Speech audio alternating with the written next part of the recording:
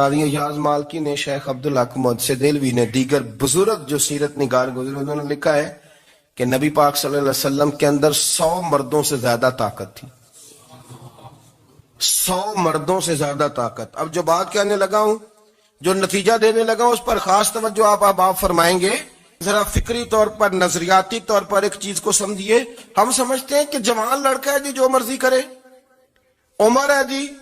آپ ذرا بات پر غور کیجئے گا کہ حضور صلی اللہ علیہ وسلم میں طاقت 100 مردوں سے زیادہ ہے اور حیا کواری لڑکیوں سے بھی زیادہ ہے. ذرا اس بات کا تقابلی جائزہ کیجئے گا کہ طاقت 100 مرد سے زیادہ ہے لیکن حیا کواری لڑکی سے بھی زیادہ ہے. اس کا معنی یہ ہوا کہ جس ٹہنی کو پھل زیادہ لگ جاتے ہیں وہ جھکا کرتی. تو حیا تو حسن ہے، حیا تو آپ کو پاک صاف کرے گا، حیا تو آپ کو نرالا کرے گا، انوکھا کرے گا. وہ ہمارے ایک دانشور ہیں، تو انہوں نے مضمون لکھا، کئی باتیں بڑی پسند آتی ہیں. وہ کہتے ہیں کہ میری اہلیہ، ان کو بھی کسی نے مس گائیڈ کر دیا تھا، حالانکہ اچھی خاتون ہے، کسی نے مس گائیڈ کر دیا. تو وہ بھی سماجی اور ویلفیئر اور یہ خواتین کو شوق ہوتا نا بننے کا، تو وہ بھی سماج کے اندر اچھا مقام تلاش کرنے کے موڈ میں آ گئی.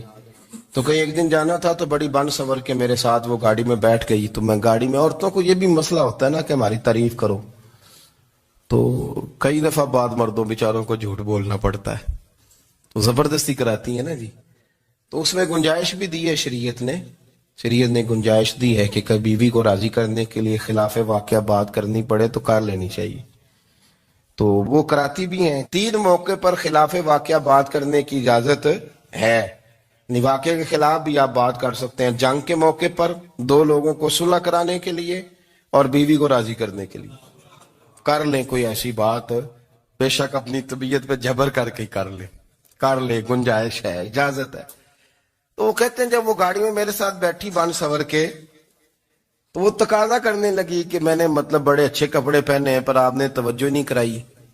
وہ سیانا بندہ تھا، وہ چاہ رہا تھا کہ میری خاتون سمجھ جائے. وہ کہتے ہیں مجھے پتا تھا کہ بیچاری مس گائیڈ ہو گئی ہے، دل کی بڑی اچھی ہے، سیانی ہے، لیکن اس کو کچھ خواتین نے، کچھ لوگوں نے مل کے اس کو ذہن غلط کر دیا ہے کہ سماج میں نکلو، باہر جاؤ، کام کرو، فلاں کرو، اپنی مرضی سے جیو. تو میرے ساتھ گاڑی میں بیٹھی کہیں جانے کے لیے، تو مجھ سے کہنے لگی کہ آپ نے میری طرف توجہ ہی نہیں کی، آپ نے کوئی ذکر ہی نہیں کیا کہ میں کیسی لگ رہی ہوں. تو وہ کہتے ہیں میں نے اسے کہا کہ اگر تو ناراض نہ ہو تو پھر میں صحیح والی تعریف کر دوں. تو اس نے کہا کہ آپ کر دیں. تو کہتے ہیں میں نے درد سے اور خلوص سے اپنی بیوی سے کہا، خلوص کے ساتھ. میں نے کہا میں تو روز گھر ہوتا ہوں، روز شام کو گھر ہوتا ہوں، اگر تو میرے لیے تیار ہوتی تو میں تیری تعریف کرتا، لیکن آج تو باہر جانے کے لیے تیار ہوئی، تو پھر ان سے تعریف کی امید رکھ جن کے لیے تو نے تیاری کی ہے. میرے لیے تیاری کرتی تو میں تو ہر شام تیرے پاس ہوتا ہوں. کہتے ہو میرے لفظوں میں درد تھا تو وہ بھی رو پڑی اور کہنے لگی آپ گاڑی روک دیں، مجھے باہر جا کے کسی کو راضی نہیں کرنا، میں نے اسے راضی کرنا ہے جس کو رب کریم نے میرا شوہر بنایا ہے اور میرے لیے منتخب کیا ہے میرے ماں باپ کو. میں واپس لوٹتی ہوں. یہ ایک پہلو ہے سلگتا ہوا، اس کو سمجھا جائے. رسول کریم صلی اللہ علیہ وسلم عرب کی کواری لڑکیوں سے زیادہ حیا والے تھے. کواری لڑکیوں سے زیادہ حضور حیا فرمایا کرتے تھے. جب خانہ کعبہ کی مکہ شریف میں تعمیر ہو رہی تھی نا، اہل عرب اس کو تعمیر کر رہے تھے، تو نبی پاک صلی اللہ علیہ وسلم اپنے چچا حضرت عباس کے ساتھ خانہ کعبہ کی تعریف میں مصروف تھے. تو عرب کے لوگ چونکہ لمبا کرتا پہنتے تھے پیروں تک، تو نیچے اگر کسی وقت کوئی چیز نہیں بھی ہوتی تھی تو کسی کو وہ نظر نہیں آتی تھی، چونکہ پردہ رہتا تھا، لمبا کرتا پہنا ہوا ہوتا تھا.